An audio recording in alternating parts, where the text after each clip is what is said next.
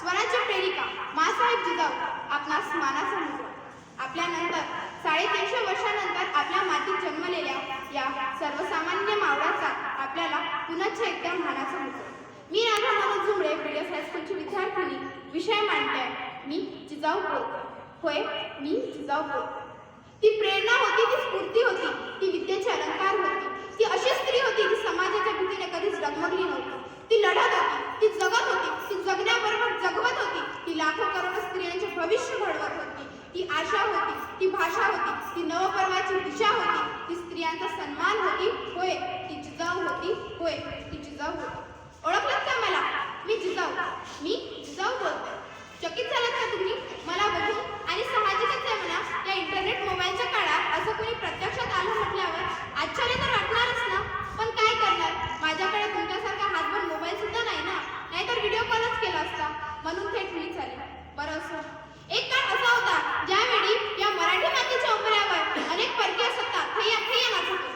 या मराठी मुलकाचं सैन्य मुघलांच्या आरमारात खितपत पडलेलं होतं. शेतकरी हाडाचं पाणी करून जगत होता.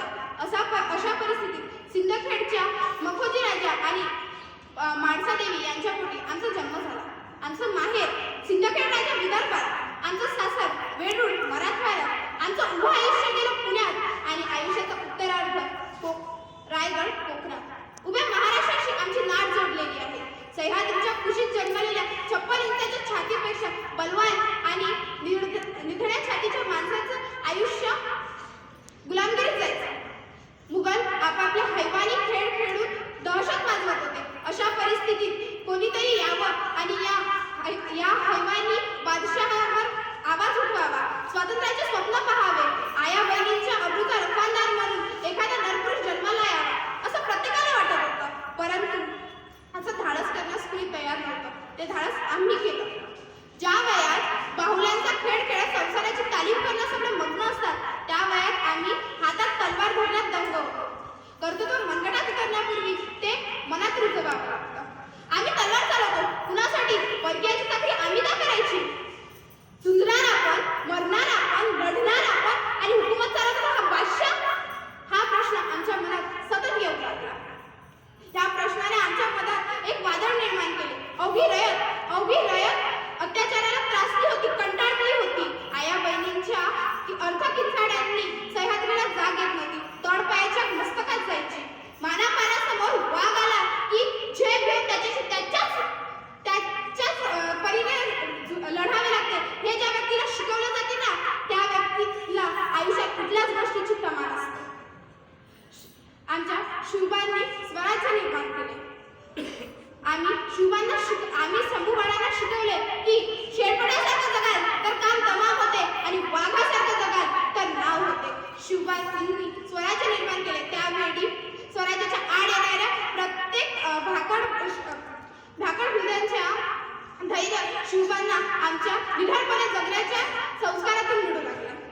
आम्ही शंभूबाळांना शिकवले की शेळपटासारखं जगाल तर काम तमाम होते आणि वाघासारखं जगाल तर नाव होते. शंभूबाळ आणि शिवाजीराजे यांनी आमची प्रत्येक गोष्ट, आम्ही शिकवलेला प्रत्येक धडा व्यवस्थित पाळला आणि शिवरायांच्या पराक्रमाने आणि मावळ्यांच्या साथीने स्वराज्य उभे राहिले. रयत सुखाने जगू लागली. आमच्या शिवबांवर, या स्वराज्यावर अनेक संकट चालू आली. शाहिस्तेखान, अफजल खान, पुरंदराचा वेढा. परंतु या प्रत्येक संकटाला माझा प्रांत पुरून उरला. परंतु आजची परिस्थिती पाहता आज तुमच्या घरातले बाळराजे मोबाईलवर व्हिडिओ गेम खेळत फास्ट फूड खात टीव्ही समोर अक्षरशः लोळत पडलेले असतात. आज काळ बदलत चाललेला आहे, संस्कारही बदलत चाललेले आहे. त्याचबरोबर आपली वागणूक सुद्धा बदलत चालली आहे. आपल्या घरातले बाळराजे टीव्ही समोर व्हिडिओ गेम बघत लोळत पडलेले असतात. घराचा अक्षरशः कार्टून शो झालेला आहे. आमचा वारसा सांगणाऱ्या आमच्या लेकी आज माझ्या नवऱ्याची बायको तुझ्या जीवन रंगल्यासारख्या सिरियल्स पाहून घरातल्या सासू जावांशी भांडणाने फुटबॉल खेळतात. 21व्या शतकात एकीकडे डिजिटल इंडियाचे नारे गाजतात तर दुसरीकडे मात्र आपल्या आयाबहिणीची अब्रू लुटली जाते. आजही भर रस्त्यात तोडली जाते स्त्रियांची अब्रू. त्यांच्यावरील हिंसाचार, अत्याचार आजही वृत्तपत्रावर पहिल्याच पानावर वाचायला मिळतात. अल्पवयीन मुलीचा छळ फसवणूक आजही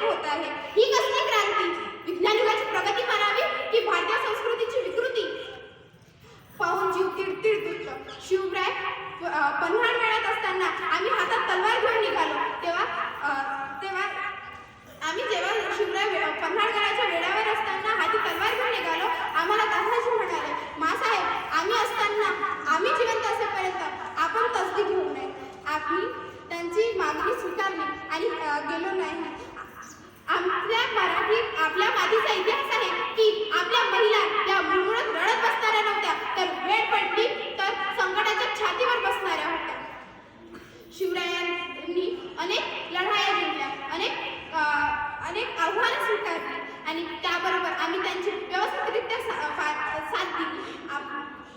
आपली नारी ही अबला नाही तर सबला आहे हे तिने समाजाला दाखवून द्यायला हवं. जर ही अबला नारी सबला झाली तर एकेकाचा तबला वाजवल्याशिवाय राहणार नाही ही गोष्ट तिला कळायला हवी. छत्रपती शिवाजी महाराज आग्र्याला मिर्झा राजांच्या तावडीत असताना मिर्झा राजांना आपल्या मातीच्या मुठभर जमीन सुद्धा जिंकता आली नाही, कारण त्यावेळी स्वराज्याची पूर्ण सूत्र आमच्या हातात होती. स्वराज्यावर आमचं बारीक लक्ष होतं. शिवराय मोठमोठ्या युद्धांना जात होते, त्यावेळेस स्वराज्यावर आमचं बारीक लक्ष होतं. आम्ही स्वराज्यावर जातीने लक्ष घालत होतो, सदैव बसत होतो, तंटा सोडवत होतो. पण आज आपली मुलगी ही तंटामुक्ती समितीची अध्यक्ष झाली, सरपंच झाली, पोलीस पाटील झाली, नगराध्यक्ष सुद्धा झाली. पण बायका सरपंच असताना नवऱ्याला सरपंच का म्हटलं जातं, ह्या प्रश्नाचं उत्तर अजूनही मिळत नाही. आम्ही आमचं उभं आयुष्य स्वराज्यासाठी पणाला लावलं. 3 वर्ष संघर्ष करून 32 मनाचं सुवर्ण सिंहासन रायगडावर उभं राहिलं. स्वराज्य मिळालं. स्वराज्याला छत्रपती शिवाजी महाराज मिळाले. अनेकांनी आपला प्राण पेलून त्याला आपलं मरण पेलून त्याला तात्काळ ठेवून हे स्वराज्य घडवलं, हे स्वराज्य वाढवलं, हे स्वराज्य टिकवलं आणि ह्या स्वराज्यासाठी आपलं रक्त बहाल केलं. हे घडायला, हे झुकून द्यायला, हे प्रवृत्त करायला, हे लढायला गरज असते एका शिवाची आणि ते शिवा घडायला गरज असते एका आईची. शत्रूच्या लेकी सुनांना पण सारी जोडी देऊन घरी पाठवणारे आपली रीत. पण आज काळ बदललेला आहे, परिस्थिती बदललेली आहे. प्रत्येक जण आपलीच मनमानी करत असतो. आमच्याकडे जादूची काढणी नाही किंवा कुठला चमत्कारही नाही की या बिघडणाऱ्या तरुणाईला सुधरवू शकतो. आम्ही पुण्यात राहत होतो. पुण्यातील डांबर वस्ती नावाच्या परिसरात गाढवाचा नागर फिरून सांगितलं होते की इथे जर शेती केली तर तुमच्या कुणाचा नाही ना. परंतु आम्ही तिथे सोन्याचा नागर फिरवून या अंदाजाला मोडण्याचे काम केले. आज पुत्र होण्यासाठी देवाकडे नवस करणाऱ्या आई पाहिल्या, जिजाऊ पाहिल्या की आम्हाला खूप वाईट वाटतं, अत्यंत वाईट वाटतं. आज आपल्या देशात नक्षलवादापेक्षा होणारी हानी ही जातीवाद आणि धर्मवादामध्ये आहे. आपल्या महाराष्ट्रात दंगली झाल्या, भीमा कोरेगाव येथे दंगली झाल्या, माणसामध्ये जातींच्या भिंती उभ्या करण्यात आल्या.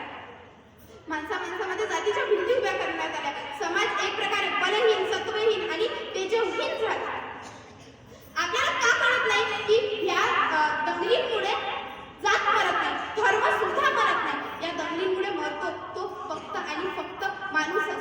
शिवरायांच्या राज्याभिषेकाच्या आड येणाऱ्या मनुस्मृती गेली, पण तिचा पुनस्थ असणारी वर्णव्यवस्था आजही अनेकांची प्राण घेतात.